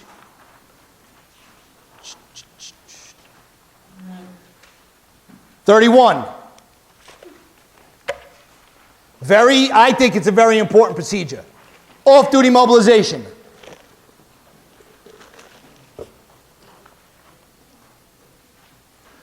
So before we get into this, let me just stick out a few things there, all right? In this procedure, you got primary mobilization points and you got alternate mobilization points. For a captain, that doesn't affect you, all right? You're going to go to your command regardless. But everybody under you, lieutenant, sergeant, cops, and civilians, that may affect where they report, okay? Primary mobilization point. A lot of people, like studying for sergeant, get all confused. If they say primary, just remember, primary has nothing to do with where you reside, okay? When your residence comes into play is when they say you're going to the alternate mobilization point. So please remember that point. But for captain, it's not going to make a difference regardless. But they can still come at you. Where's the cop go? Where's the sergeant go? Where's the lieutenant go? All right? So primary, forget about where anybody lives. So your primary mobilization point is going to be what? Your permanent command. But the three wise men, one of them, PC, First Deputy Chief of Department, can say, hey, you know what? I want everybody to go to alternate mobilization points. Now it's going to determine where you reside. But you, studying for captain, always go to your permanent command regardless. Easy test question. Do not let them trip you up with that. All right? Captains, doesn't matter. You're going to your permanent command regardless. So, alternate mobilization point. Where are your civilians? Because civilians are included. Yes, we expect them to come into work. I highly doubt when they see it on TV that it was activated, they're going to come in. I highly doubt cops are going to come in. But they're supposed to. So civilian, PO, all the way up to lieutenant. Where are you going when the alternate mobilization point is placed into effect. Now it depends on where you reside. First scenario, if you live in the city, what's that? You all know what that is, all right? I don't have to explain that to you guys and girls, but sergeant's class I do. But you know what? Let me just expand on that. City resident, obviously, 5 boroughs. Staten Island. What's Staten Island really called? You may not know, or some of you know because you live in Staten Island. What's the county called? Richmond. This was on a prior test, and that's the reason why I'm saying it. They used some off-duty employment, and they said Richmond County, and one person thought they were referring to some county way upstate. Richmond County, they were referring to Staten Island, all right? So you all know what we're talking about. If you live in a city, where are you going? Forget about captain, we're talking about cop, civilian to lieutenant. Where are you going if you live in the city? You're going to your permanent command. Now, Staten Islanders, the wording could be a little confusing. It says this rule is true for Staten Islanders only if your permanent command is on Staten Island. Otherwise, you go to the 122. So let me give you some examples because when I read that, it confuses me. Staten Islanders, if you live on Staten Island and you work on Staten Island, where are you going? Permanent command. Easy. If you live on Staten Island and you work anywhere else outside of Staten Island, and they used this on a prior question, you lived on Staten Island and you worked in the 6-8, where are you going now? The borough, Patrol Borough, Staten Island. 122, all right? So that Staten Island has a little quirk to the rule. Every other city resident, go to your permanent command. Staten Island, very easy. Live, work, Staten Island, go to your command. Live on Staten Island, work anywhere else, go to the 122. What about the guys and girls who live upstate? Where are you going? Just think north, you're going to Van Cortlandt Park in the 5-0. Now, if you live out this way, east, it all depends. Do you live north or south of the LIE? And they're going to have to tell you. They can't give you a town in Long Island and you have to know, is that north or south of the LIE? They're going to have to somehow tell you in the question stem. So north of the LIE, you're going to go to a place in Queens North, if anybody works in Queens North. 110 Precinct, Flushing Meadow Park. South of the LIE, you're going to go into a location in Patrol Borough, Queens South. 113 Baisley Pond Park, all right? Again, those alternate points only come up when they say, obviously, go to the alternate mobilization point. That's when you have to say to yourself, where does this person live? But for you, a captain, it doesn't mean shit. Primary, alternate, you always go to your command, period. Now, who has to come into work? You're sitting home and you see the PC come on the news or you hear it on the radio. Who has to come in? 2 people. Anybody who's RDO and the next scheduled tour has to come in. So if it's called, let's say, right now at 11 o'clock, it's called. Who's coming in? Anybody who's RDO or who's scheduled to work today, the 4 to 12 at 1,500 hours. They will come in, all right? What about the midnight guys or girls? Are they coming in? No.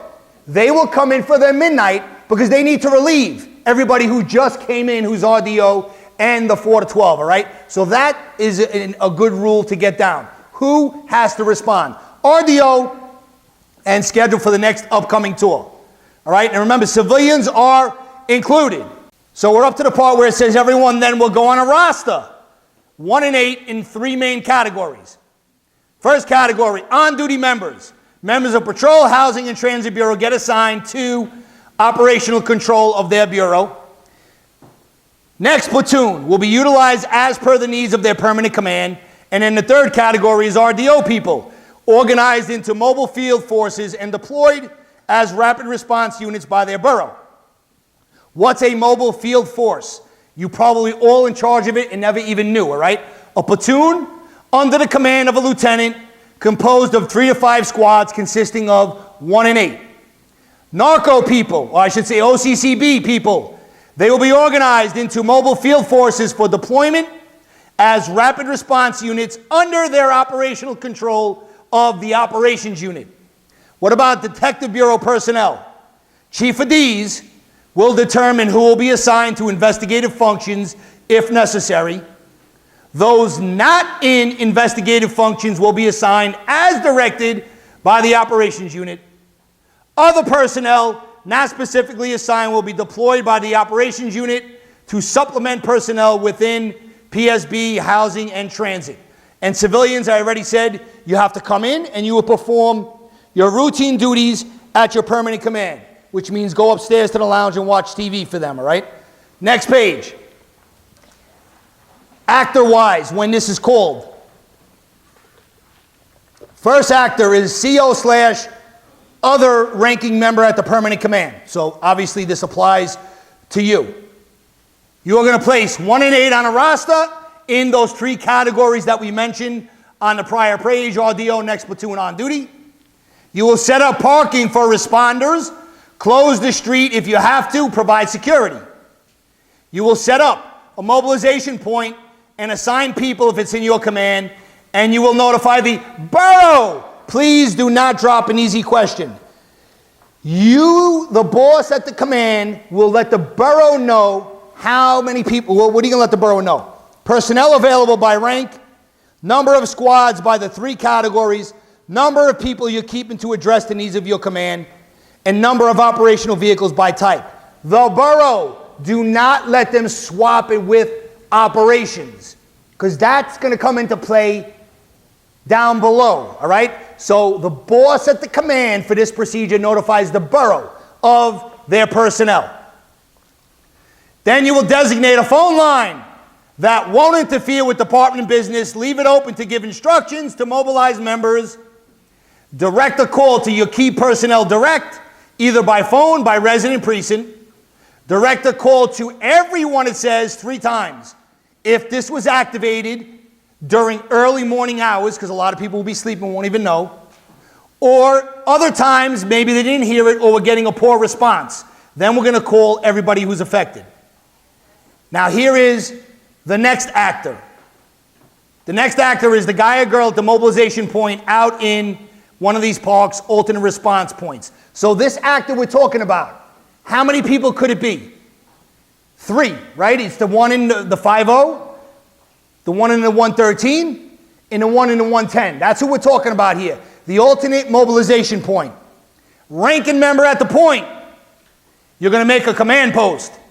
Make traffic post along the route to the point. Make security post. Set up parking for the responders. Close the street if you have to and give security. You're going to arrange transportation of mobilized people to their command through the borough. So all the people that lived upstate, civilians all the way to lieutenant, alternate mobilization points placed in effect, all of those people are going to the 50 in the Van Cortlandt Park. Then from there, look what it says. They will be shuttled to their command, all right? Then you will notify operations, not the borough like you saw up above. Operations, tell them your numbers by rank, how many showed up, and how many you shuttled to command. And it makes sense why you call ops and not the borough.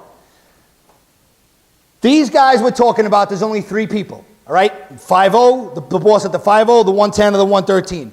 He will call operations, so operations is only going to get 3 calls. If they swap that and said, hey, you call, up above where the CO, the boss at the command, calls the borough. If they said call operations, operations is going to get 70, whatever precincts. What do you have now? 78 precincts, 78 phone calls.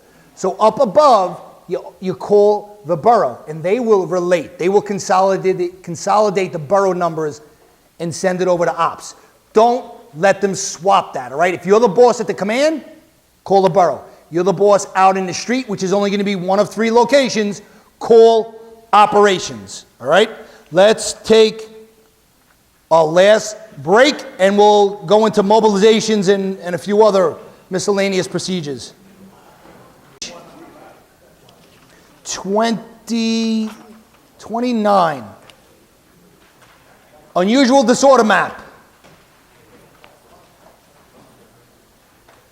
So the CO will request 8 of these. They're wall type, either of your precinct, PSA, or district, from where the cartography section.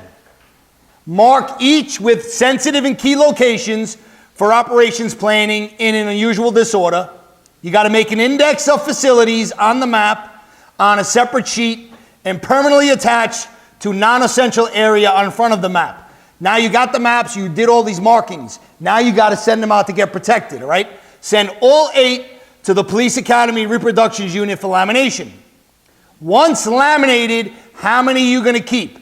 2 for yourself, and the other 6, where they're going. 2 go to the borough, 2 go to operations, and 2 go to the disorder control unit. Locations listed on the map by type, symbol, and color. And that's the pictures that we have depicted down here, right? Each is to be marked with its appropriate color where it is on the map. Each colored mark gets an arrow drawn in the same color to its corresponding symbol. Symbols are to be placed on the side of the map where possible. More than one of any type gets a letter for the type and a number for the individual location, like Joe's Gun Shop, A-1, Pete's, A-2. Now you have the little chart, all right? Gun shops will be in red, and you have the little, looks like the sights on a gun, all right?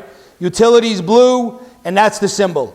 You have to memorize it, because you don't want to give them an easy question like this. And it's really not that hard. I mean, if you write it out a few times, you're going to get it down, all right? I don't even know, these maps are probably not displayed in your command. They're probably rolled up in a closet, and when we need it, we pull it out, okay? We don't use it that often. But this is a CO-only procedure, and you're not starting to be a CO, you're starting to be a captain, eventually be a CO, but this is fair game right here, right? So I would know these symbols with the colors, all right? Write it out, draw it out, use the colors. It will stick in your head. Just like well, not the colors here, you have black and white, but use the colors it says to draw it out, and you will get it down. Do not let this one go by. Now on the next page, unusual disorder plan, there's a bunch of shit on here that is, I would not waste my time with, and I'll tell you what that is in a second, all right? So the disorder plan, the CO will evaluate the current plan for the command, formulate a new plan, use department word processing software, update every year with changes noted on a cover sheet, and then follow the arrow to the right. Note the changes on a cover sheet to the chief of department through the bureau chief, borough commander every February 1st. So that's a fair question to ask. Not like you're going to see in a few minutes, all right? So that I would know. Send printed copy with a disc. That's how updated this is, all right? With a disc, if available, to the bureau chief, borough CO counterpart. And then it says something about the bureau chief, what he does. Don't worry about that. Formulating for drafting the plan. It breaks down into 2 sections. Each section has a series of appendices. If any appendix does not apply to your command, give it a blank page with the appendix number as a heading. And you're going to write, does not apply to this command. Do not skip any appendix, all right? Now here are your sections by appendix. This is what I never studied, and when I was studying for captain, Jim Shea told me, don't even bother with it. And it was never asked. Is it testable? Of course. If they go there, then they're probably going to get you, unless you can memorize appendix A, B, C, and D, all the way through M, what it stands for. That's a lot of memorization. I don't think that would make you a better captain or not, knowing this off the top of your head. This is shit you could look up, all right? So hopefully you will not see this on test day, okay? But if you're one of those that want to know everything, then go right ahead and try and get appendix A through M down with what it stands for. All right, unusual disorder kit, 21309. Maintain within the command post, along with a flag and a log. Instruct the desk officer to send it out to the scene when required. Get additional supplies during the disorder as needed from the following: your command post vehicle. If there's none there, then go to adjoining command. Last resort, quartermaster. Cause semi-annual inspection and replace supplies that are obsolete or that deteriorated, and replace expended supplies without delay. Small procedure, I highly doubt they're even going to hit 21309. So on this page, 21308, 21309, I wouldn't get crazy with. On the prior page, 21307, that one is just such an easy procedure to write a question on. Go back to page 28 now. I think this is a good procedure to know. Large-scale arrest processing. Especially with all the protests and everything that we got going on in the city on a daily basis. It was going on, right after Trump won. I don't know if they're still getting crazy with all these protests. But box on the top right tells us the acceptable norm is to allow one cop to take 5 collars. One sergeant will have 4 AOs under his control, which gives you, obviously, if you can't figure that out, you're going to have problems, all right? 1 sergeant for 20 perps. So when you're expecting more than 20 collars, this will kick in. Mass protests where we are going to lock up a lot of people, this procedure is ready to go. Incident commander. Could it be you? Yes. Probably won't be on test day, but it could be you. Have them taken in groups of no more than 20 with their arresting assigned officers in one wagon to the designated precinct station house. Ensure arresting assigned officers know how to articulate their collars and have the desk officer notified of how many collars to expect. Those 2 bullets would easily be replaced by arrest supervisor. And I would, if I didn't study this procedure, I would think that those belong to the arrest supervisor, the next guy or girl on the list. So be careful of those. The incident commander will ensure these cops know how to articulate their collars. Doesn't happen in reality, but that's what it is on test day, all right? And the incident commander will have the desk officer notified. Why not the next guy, arrest supervisor, who's right there with the cops? Easy substitute on test day, all right? So arrest supervisor. Have each perp photoed with the arresting assigned officers before getting into the wagon. That was on the last sergeant's exam. Easy question. Why? Depending on your career and what you've done and what you have not done, you may not have worked a big detail where we locked up a lot of people. If you have, you know what I'm talking about. It could be chaotic. We're locking up people. We're using plastic flex cuffs. We're throwing them in the back of this big paddy wagon or whatever you want to call it. So we want the cop to take a picture with the perp prior to going on. Why? Because when the doors open, we're going to unload 60 or 70 people we locked up, and we may forget who we locked up unless we had some type of, intimate relationship where we fought with them or something like that, all right? So we have the cop take a picture before they go in. I don't know if we actually follow this in reality, but this is what's supposed to be done. Arrest supervisor. Ensure the mass arrest pedigree label will be affixed to the back of the photo with captions filled. Ensure that city, state, federal warrant checks are performed. Call the incident commander, just write in there as well, /command post, because that appears in the guide. So call the incident commander /command post when you are 84 at the station house, and you're going to ask them, what are we doing with everybody we locked up? Are we giving them a summons, a DAT, or are they going through the system? And it tells you in the bubble that the sergeant actually needs approval of the incident commander to give a DAT or a summons, and then the incident commander will get them a ride downtown if we are putting them through the system. Look at the next line. Assign other than your APO to do live scan. Now, APO is the one that should be doing live scan and does the live scan throughout the patrol guide, except for this procedure. Just remember, in this procedure, he or she is not printing. Last duty for the arrest supervisor. Review and sign all arrest paperwork. Now, that's all you got for arrest supervisor. So if you look at the last 2 bullets of the incident commander again, don't you think it makes sense that it would go under the arrest supervisor duties? Ensure the AO knows how to articulate and then have the desk officer notified? I think it would, but it falls under incident commander duties, and they could get a lot of people with whose duty that is. All right, APO, if you're not printing, what are you doing? 2 lines. Your primary function is to return the arresting assigned cops back to patrol. You're not going to print, but you will assist in computer functions and ensure paperwork is properly prepared. Last actor, precinct CO. Ensure you have an adequate supply of arrest paperwork available in case they use your place. If you're anticipating a large-scale arrest situation, you're going to put out a telephone message to the borough court section supervisor with all pertinent details, including the number of the arrestees anticipated.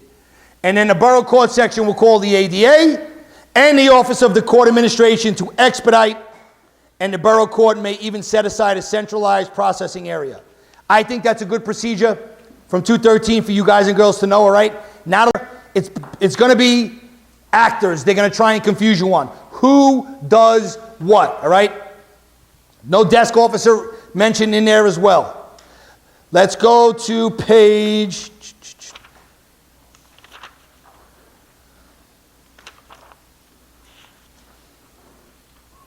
All right, go to page 22. Rapid mobilization.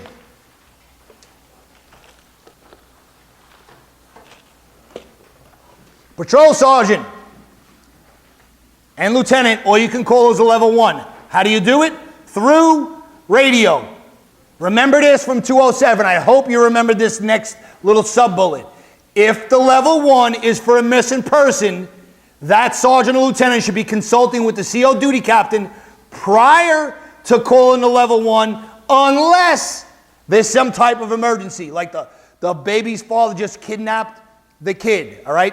Took off, some type of emergency with this missing person. We don't need to speak to the captain. Then we can call the level 1 and then update the captain. Also call the captain if you need a higher level mobilization. Captain will immediately respond. Next guy or girl, platoon commander, housing or transit. If this is called in your jurisdiction, you will be the incident commander till the captain shows up. Then you will be the operations officer in the field command post. Duty captain, when you hear a mobilization, you're going to get an estimate of the situation while you're en route from the platoon commander, patrol sergeant. Tell what resources you want to either the borough, operations, or communications. And if you're not on the scene, you can up it a level if necessary. And we already said this when we talked about an apprehension plan. If you're going to up it, all you need to do is confer with either the borough, ops, or the platoon commander. And remember the apprehension plan. If we need to activate it and we're not on the scene, who are we conferring with? What did it say in the guide? Units that were 84, right? It didn't specify like it does here, okay? Activating supervisor, most likely the patrol sergeant. You're going to tell operations in the borough why you call the level 1. Make sure you update them. You are going to designate the mobilization point and tell radio of the point and route to be utilized. That one comes up a lot on sergeant's exams as one of the choices of a good statement for the patrol sergeant, all right? They are the one to to designate the point and tell radio how the route to be utilized. You'll get security for the mobilization point staging area. You will be the incident CO until you're outranked or it's demobilized. And be prepared to brief the ranking MOS. Now, if it goes to a 2, 3, or 4, that's when the desk officer gets involved. Level 1, he doesn't get involved, all right? Now, we didn't talk about the levels yet, but let's get that out of the way before time ticks. So, level 1, it's not here on this page. Just listen up. Level 1 mobilization. Let's use real life precincts and patrol boroughs. Let's say level 1 called in Patrol Borough, Brooklyn North. We're going to say in 7-3 precinct, 7-3 patrol sergeant calls a level 1. Who's responding to that level 1?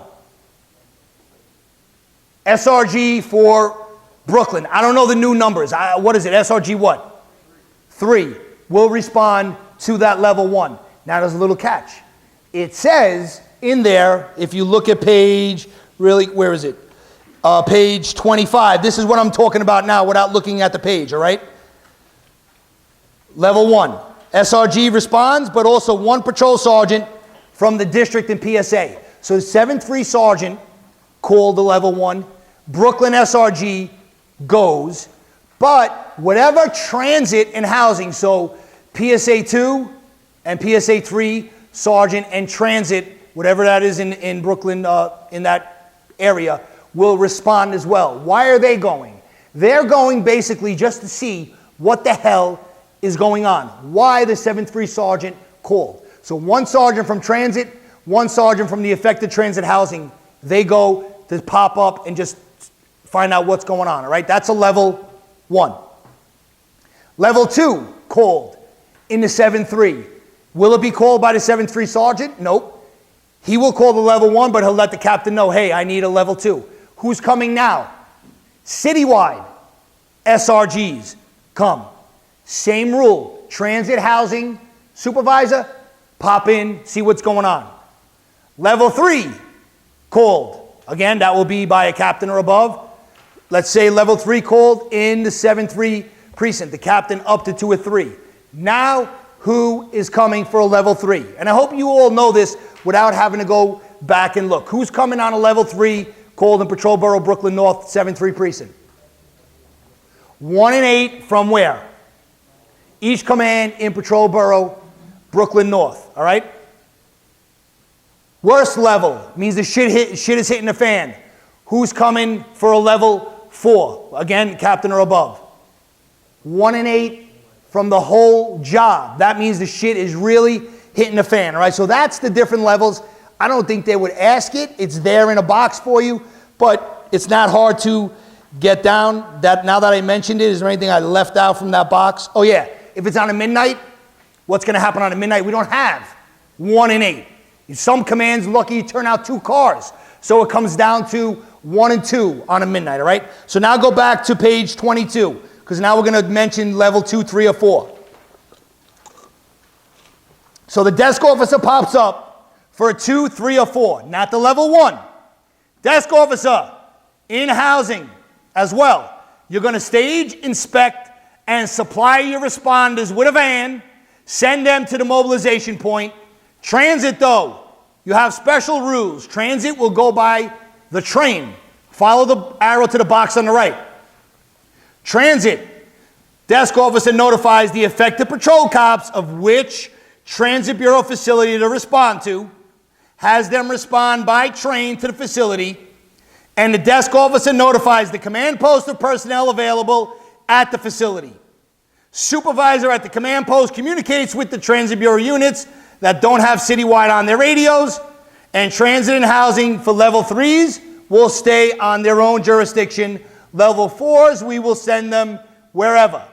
Now the rest talks about a little bit of a conflict between 213 and 213.05.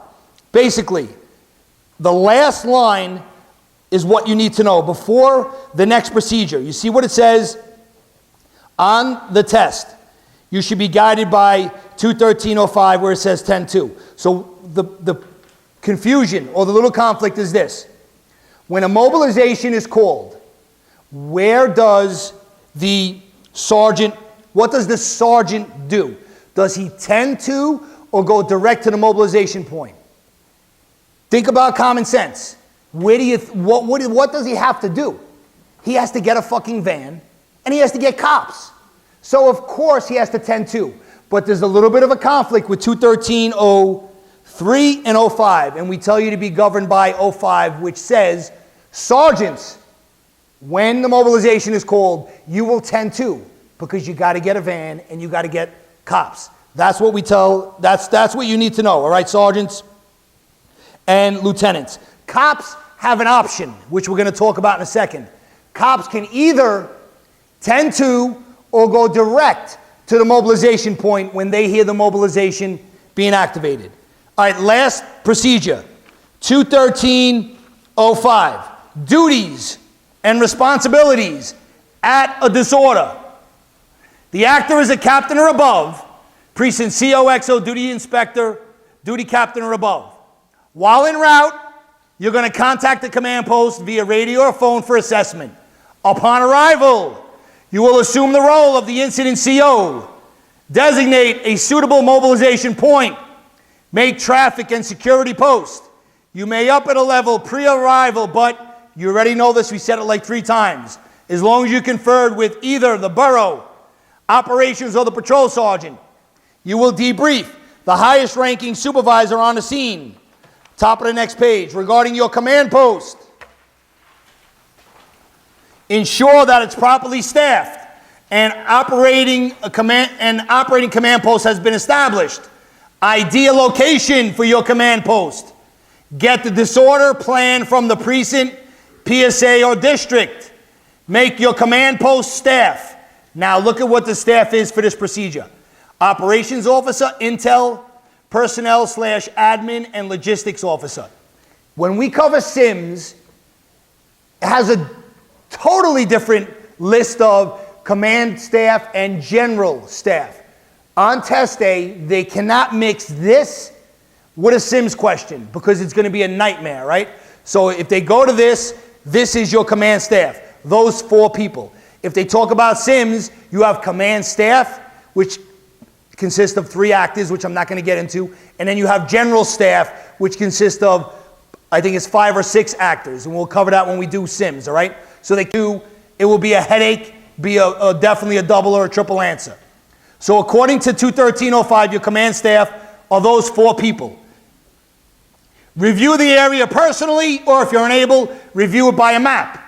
You're going to confer a communication section for the appropriate citywide channel. You're going to pick a channel for use by captains and above. You're going to use your cell phones at the command post. You're going to have your personnel officer deploy RMPs with MDTs at the mobilization point, etc. Now, personnel officer does that here.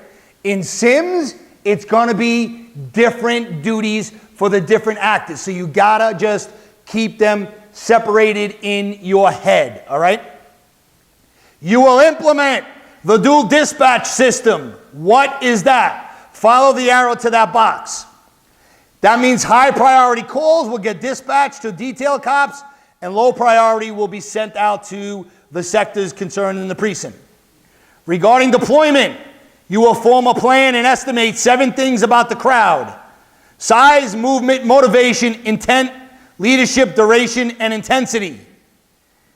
Identify participants and geographic boundary of the area involved.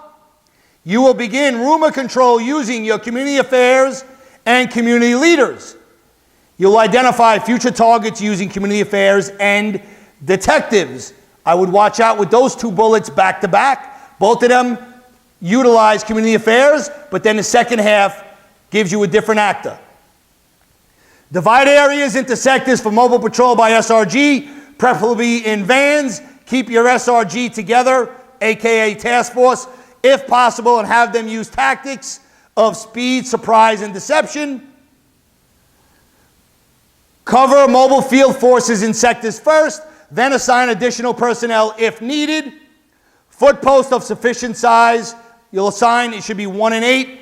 Perimeter checkpoints with 1 disorder control squad should also consist of 1 and 8. Now instructions, these instructions that you're going to give are repeated for lieutenants to give sergeants and sergeants to give cops. This appears in this procedure 3 times, but not in the booklet. So you're not going to see it repeated over, but just know it applies throughout the rest of the procedure. So the instructions you're going to give to all your supervisors, lieutenants and sergeants, who then will give it to cops. Give them the nature, mission, objective. Specific objectives for specialized units. Tell them not to take independent or unauthorized actions. Act like a team. Captains will command SRG or a borough's worth of precinct cops and will maintain unity of assignment. Tell your bosses, I should say, to use minimum force. Location of the arrest processing area, command post, and the phone number for the command post. Give them their post or sector boundaries. Radio frequencies, call signals. Specialized equipment and tactics. Immediate reporting of unusual important incidents. Ring schedule, which I highly doubt is utilized out there, but this is an easy question to write. What's the ring schedule? If you're assigned to an enforcement unit, they got to call in every 30 minutes. Everybody else, 60 minutes. And at the end of tour, you will confer with the incident commander, and together, you both debrief all field commanders on changing patterns of the disorder, strength of disorderly groups, any police-related incidents occurring during the tour, and any recommendations for change in the overall strategy. Now, one thing before we go to the next page, which is the last page. The box on the right regarding checkpoint duties. The guys and girls assigned to checkpoints. Prevent disorderlies from entering or leaving through the checkpoint, no rubbernecking, reroute traffic, and provide rooftop and overhead securities. This next line is good for an in-basket question regarding rooftops, alleys, and rear yards. I seen some question, I don't know if it was another school, ours, I forget, it's so long ago, where they changed rear to front yard. Then this doesn't apply. Rooftop, alley, rear yards, what's the rule? Don't let sergeants assign a cop alone to a roof, alley, or a rear yard, and uniforms only will be assigned to a rooftop, alley, rear yard. So think in basket when you see uniforms only there, right? Next page, which is the last page of this procedure. Duties of the lieutenant, sergeant, and cop. So everything on the prior page was you, captain or above. Start with the little box on the top right. What's the proper uniform and equipment? Lieutenants and below all must have a helmet, baton, flashlight, and disorder guidelines in the RMP while they're on patrol. Lieutenants and sergeants have a little bit more. Make sure they have rosters as well in their cars. Lieutenant, what happens when you hear the mobilization? 10-2. That's the answer for lieutenant and sergeant. 10-2. Find out where the point is and go in an RMP. So lieutenants don't go in a van like the sergeants. It says in RMP. You will be a mobile field force commander of 3 to 5 squads. You'll have 1 in 8. You will assist the incident commander in operation of your command post if directed. And remember the 4 positions: operations, personnel, intel, logistics. Direct parking of department vehicles in designated spaces only at the mobilization point. Have the sergeants give keys to security detail. Turn their rosters into you. You give the rosters into the command post. Instruct the sergeants on the following regarding the radio. Make sure they're all on proper frequency. Maintain radio discipline and warn them against unauthorized radio transmissions. Speaking of that, there's a procedure in today's lesson which is fairly new in 212. I think it's the last procedure in 212 regarding unauthorized radio transmissions. Please look at that one. We're not going to get to that one today, but it's in today's lesson. Inspect sergeants for proper uniform and equipment. Instruct the same as the captain did on the previous page. So everything that the captain told you, you are going to tell the sergeants. In addition, tell them the following: who their leaders are, incident commander, etc. Use minimum force, don't punish, be professional. Tolerate verbal abuse by the crowd attempting to incite you. Maintain a formation of 1 arm's length. Be in the on-guard stance when you're in a line or wedge formation. Those 2 bullets I just read, I saw mixed in some question, all right? They changed the 1 arm's length, and they did something with the on-guard stance to confuse people. Watch rooftops and high ground and maintain firearm discipline. Your arrest team supervisor, tell that sergeant not to go into the crowd. Ensure the AO observes the perp's actions. And what's prohibited at a disorder?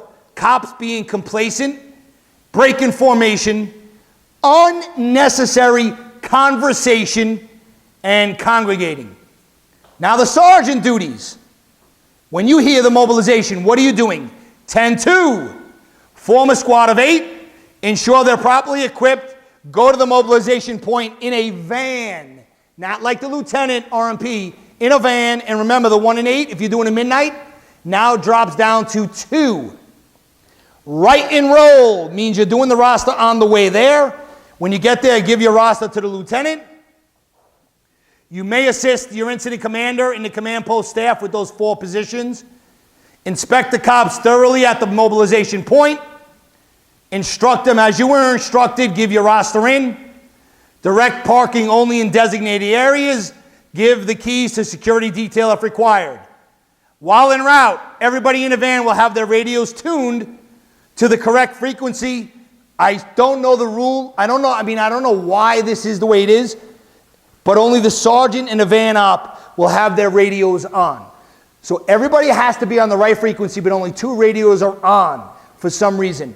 If anybody here was ever assigned to task force or the SRG and you know why, please tell me after, because I just would like to make sense of some of these rules that somebody in OMAP just has nothing better to do and just decides to make up. And if you're in OMAP, don't take it personally, right? Cop duties. When you hear mobilization, what are you doing? 10-2 or go to the mobilization point as directed. Don't drive through the disorder to get to the point. Put your radio on the proper channel when directed. Follow all the instructions listed above and record the important ones. And they tell you these 4 are considered important. Sector post boundaries. Nature of disorder, mission of your team. Equipment information, location, phone number of your command post and arrest processing area. Identity of bosses and radio frequency and call signs. Before we break out of here, let me just make mention of one of these pages. Where is it? Yeah, on page 27. When these mobilizations are called, 1 through 4, look at the bottom where it says other resources. It tells you like what type of trucks come with ESU on a certain type of mobilization. Never have I studied it, and I'm sure most of the other instructors say the same thing. You know, don't worry about it. Jim, I remember when I was studying Jimmy Shea, and he was right on the money. He said, don't worry about it. Never been tested. I mean, to really, some of the stuff I've never even heard of, like these different trucks that fall under ESU, what comes with what level, I would not be concerned with that. If you want to read it, go right ahead, but do not try and get all this different equipment down. You're going to drive yourself crazy, all right? And if they do happen to go there, which I highly doubt, but you never know, they could go anywhere in this big-ass book. Good luck with that question, all right? This is one of those you're going to have to navigate, and hopefully you get right, but I don't think you need to worry about that, all right? I would go sit on a beach for the rest of the afternoon and read some more patrol guide. It's a nice day. Keep reading. See you in 2 weeks.